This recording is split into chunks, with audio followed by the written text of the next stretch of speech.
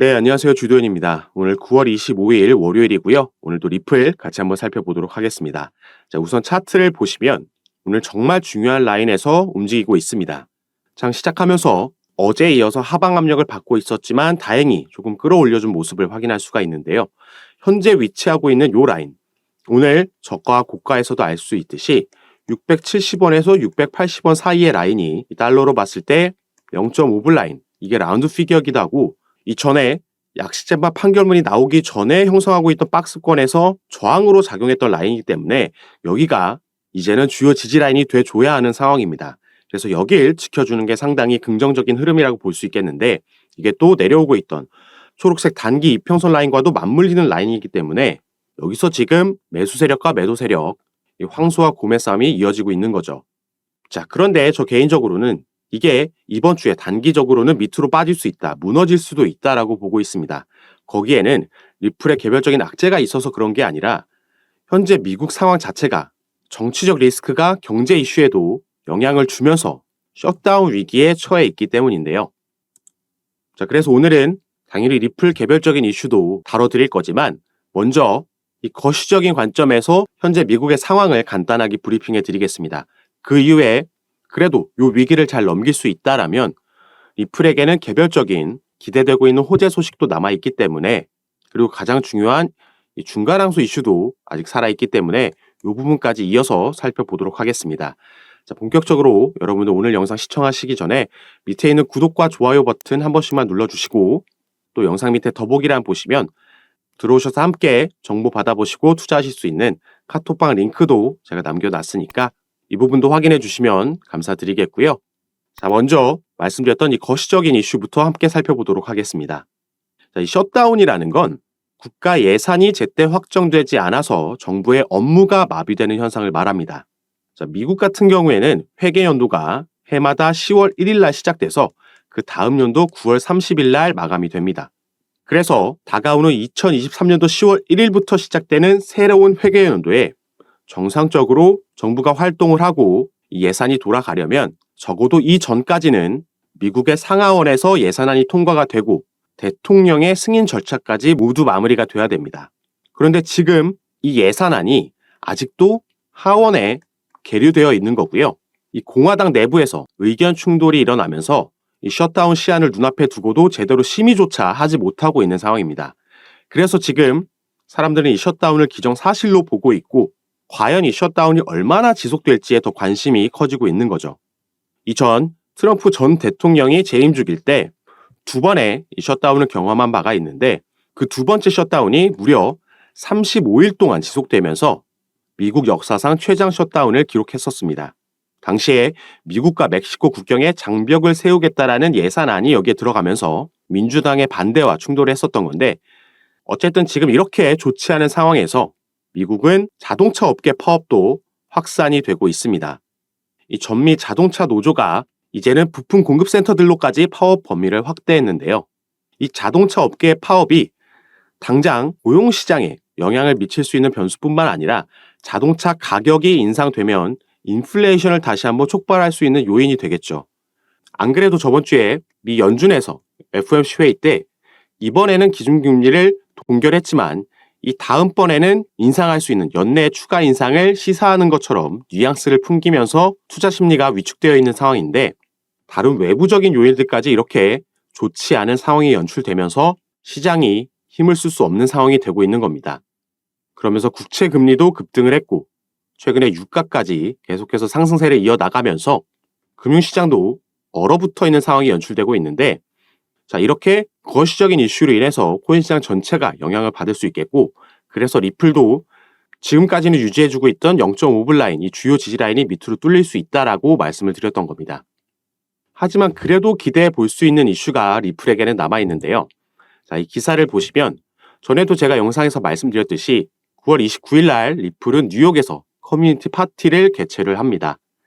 자, SEC와의 약식 판결문이 리플의 승소로 받아들일 수 있을 만한 판결문이 나왔기 때문에 여기에 대한 축하 파티 그리고 이게 다시 한번 이전에 상폐됐던 코인베이스를 비롯한 여러 거래소에 재상장될 수 있을 만한 재료가 돼줬기 때문에 표면적으로는 이걸 축하하는 파티라고 알려져 있지만 시장은 이게 단순한 축하 파티가 아닐 수 있다라고 예상을 하고 또 기대감을 가지고 있습니다. 그래서 가장 많이 언급되고 있는 게 바로 이 기업 공개 IPO가 되겠고요. 또 한 가지는 SEC와의 합의 얘기도 나오고 있습니다. 그리고 여기에 불을 지폈던 게 바로 이 트위터였는데요. 이 XRP의 커뮤니티인 한 사람이 이런 질문을 했습니다. 자, 일단 이 리플 커뮤니티 파티에서 그 파티에 대한 본인의 예측들을 밑에 쭉 리스트로 적어놨습니다. 첫 번째가 SEC와의 완전 합의, 두 번째는 IPO 발언, 세 번째는 이 XRP가 all time high, 이 파티 중에 전고점을 돌파하는 거, 네 번째는 게일 겐슬러 SEC의 위원장이죠. 이 사람이 발가벗고 돌아다니고 사람들은 여기에 야유를 보내는 이런 걸 적어놨고, 마지막은 XRP 이건 그냥 본인입니다. Those jello shots 이거는 그냥 장난으로 넣어놓은 거기 때문에 넘어가자고 하면요. 일단 이렇게 질문을 던졌는데 이 데이비드 슈왈츠라는 이 사람이 리플의 CTO죠. 기술 책임자인데 여기에 답변을 당시에 달았습니다. 이 중에 두 가지만 일어날 수 있다라고 얘기를 한 거죠. 그래서 사실상 이 밑에 두 개는 말이 안 되는 거기 때문에 이 세 개, 합의, IPO, 그리고 전고점 돌파, 셋 중에 두 개가 일어날 수 있는 거 아니냐. 그러면서 IPO에 대한 기대감이 더욱더 커졌다는 겁니다.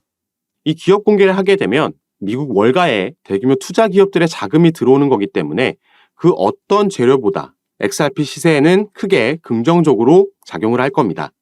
리플 같은 경우에는 실제로 4월 달에 뉴욕에서 비공개 로드쇼를 개최한 적이 있고요. 이때 월가의 대규모 투자 기업들이 전부 참석했었다라고 폭스 비즈니스가 발표를 했고 이 내용을 당시에 제가 영상을 통해서 여러분들께 전달해 드린 바가 있습니다. 그리고 당시에 함께 말씀드렸던 게 이 IPO를 진행하려면 먼저 이 소송 리스크에서 해제돼야 된다라고 말씀드렸죠. 일단 약식 판결문은 긍정적으로 나왔고 이제 중간 항소 이슈가 만약에 진행되지 않고 법원에서 기각 명령을 내린다라면 충분히 우리가 생각해 볼 수 있는 시나리오가 되겠죠. 리플 입장에서도 이 IPO를 진행할 때 최대한 XRP 가격이 밑에 있을 때 저점에서 해야지 이 급등이 나왔을 때도 이 시가총액이 커지더라도 컨트롤이 되는 범위 안에서 진행을 할 수 있게 될 겁니다. 일단 여기에 대해서 존 디튼이라는 친리플 변호사죠. 이 사람은 IPO도 하지 않을 거고 합의 내용도 없을 거다라고 말은 하고 있습니다. 그래서 사실 저도 이렇게 확실한 게 없을 때는 예측만 있을 때는 최대한 최악의 시나리오에 대비해서 거기에 대한 대비책을 갖고 있는 게 좋겠다라고 판단을 하고요. 그래서 기대가 큰 만큼 실망이 크지 않게 물론 이게 좋은 결과가 나와준다라면은 그건 모두가 좋은 거니까 뭐 대비책을 미리 세워둘 필요도 없겠죠. 그래서 이 중간 항소 이슈가 가장 먼저 해결돼야 되는 선결 과제가 되겠는데 사실 이 결과는 당장 오늘 나온다라고 해도 전혀 이상할 게 없는 상황입니다. 그래서 지금 진행 상황이 어떻게 되고 있고 만약에 이 중간 항소에서 우리가 원치 않는 결과가 나왔을 때는 어떻게 대비해야 되는지 그 시나리오까지 같이 한번 살펴보도록 하겠습니다. 자, 일단 9월 8일 날짜로 모든 제출해야 되는 서류들은 양측에서 제출이 완료됐습니다. SEC가 처음에 중간 항소를 할 수 있는 권리 요청서를 제출했고 여기에 대한 답변서를 리플이 제출했죠. 이후에 리플이 항소 기각 요청서를 제출했고 여기에 대한 답변서를 또 SEC가 이렇게 제출을 했습니다. 그래서 이제 남은 건 이 소송을 관장하고 있는 토레스 판사의 승인이냐 기각이냐 이 여부가 남아 있는 거죠. 그리고 여기서 승인이 될 경우 바로 중간 항소가 진행되는 게 아니라 연방 항소 법원으로 넘어가서 여기서도 마찬가지로 승인 기각 여부를 결정하게 됩니다. 여기서도 승인이 나와야지 중간 항소가 진행이 되는 거고 이렇게 된다면 당연히 XRP 시세는 지금 지지라인 위로 올라가주지 못하고 하방으로 더 크게 압력을 받을 수밖에 없겠죠. 반대로 기각이 둘 중 하나에서라도 나온다면 중간 항소는 진행되지 않을 거고 이전에 토레스 판사가 스케줄 잡아놨던 이 정식 재판으로 회부되면서 배심원 판결로 가게 될 겁니다. 대략적으로 그 날짜는 양측이 제출했던 가능 스케줄을 봤을 때 내년 4월 20일 정도로 예상되고 있죠.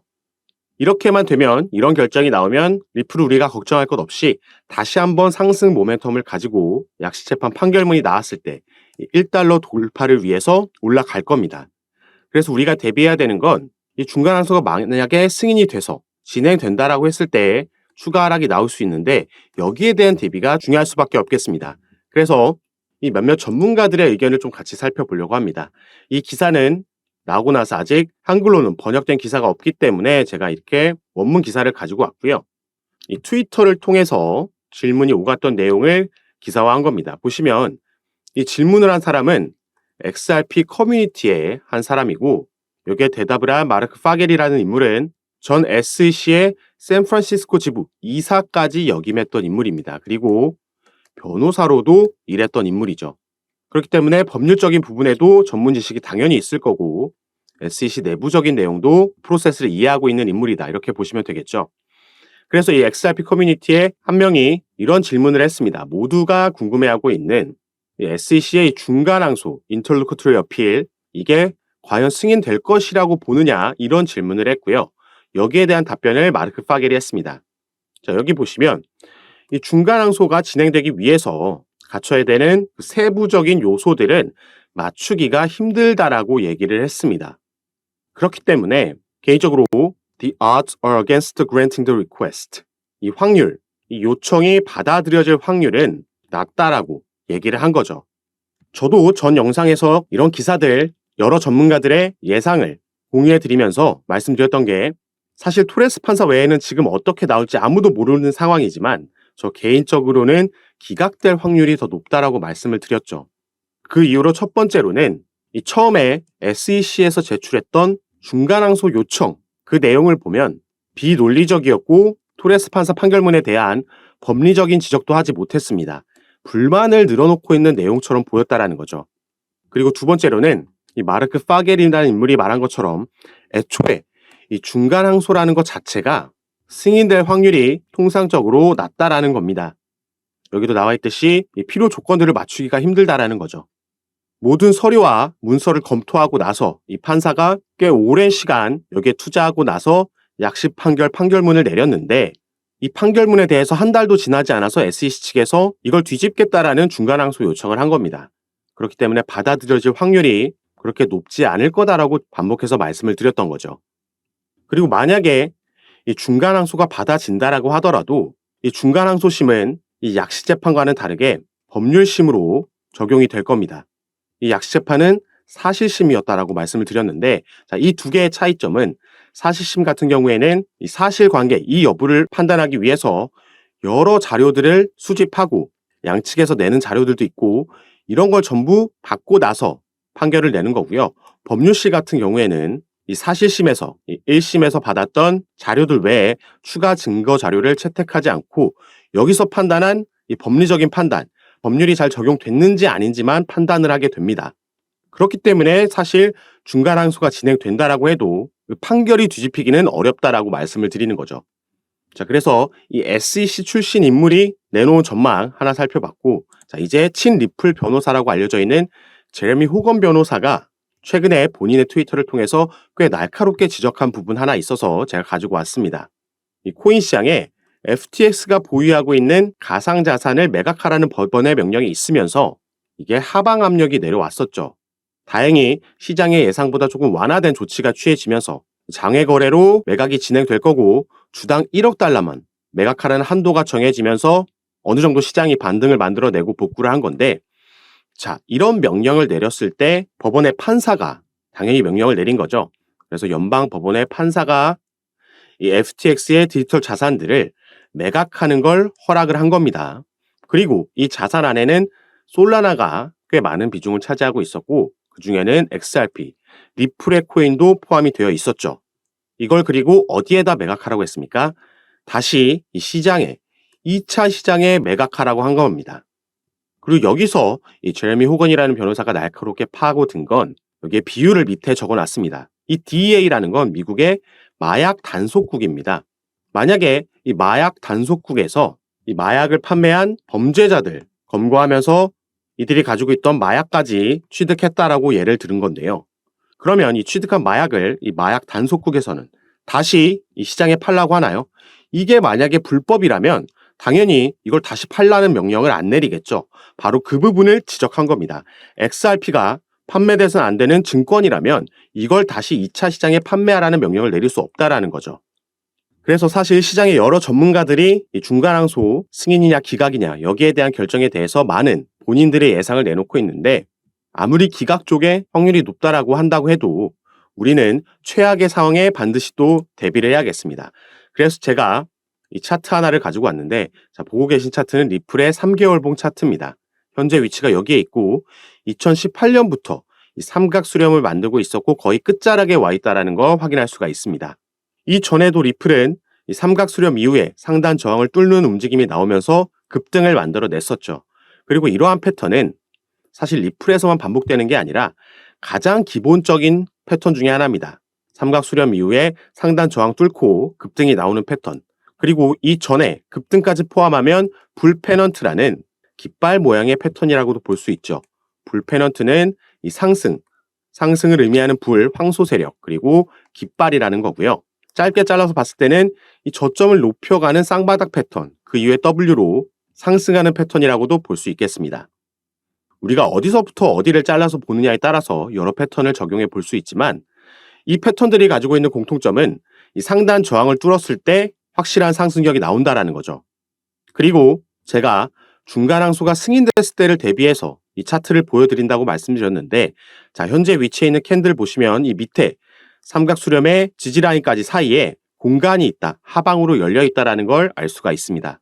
그래서 만약에 중간 항소가 승인돼서 XRP 가격이 하방으로 압력을 받는다라고 해도 어디서는 지지라인을 만들고 반등이 나올 수밖에 없는데, 여기서 중요한 건 이 지지라인을 형성하는 그 위치가 이 삼각 수렴 지지라인 위에서 요 안에서만 지지를 만들어주고 반등이 나온다라면 큰 틀에서, 그리고 기술적인 부분에서는 충분히 긍정적인 흐름을 지켜가면서 가고 있다라는 거죠. 그렇기 때문에 우리가 너무 여기에 일희일비할 필요가 없고, 일봉만 보면서 일희일비할 필요도 없고, 우리가 조금 더 멘탈을 케어하면서 큰 그림을 보고 가시면 좋겠다라고 생각이 들어서 이렇게 차트를 가지고 왔습니다. 만약에 중간 항소 기각이 나오면 바로 뚫어주면서 급등의 시작을 알릴 수도 있겠죠.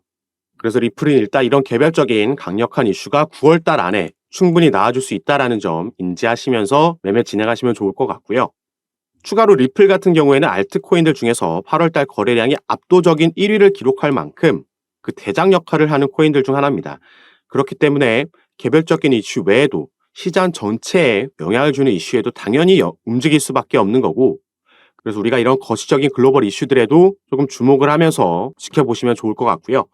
이런 이슈들이 나오고 또 시장은 거기에 어떻게 반응하는지 그 방향성을 확인하고 제가 우리는 어떤 스탠스를 잡고 타점을 어떻게 가져가야 되는지 전부 카톡방에서 빠르게 공유해 드릴 겁니다.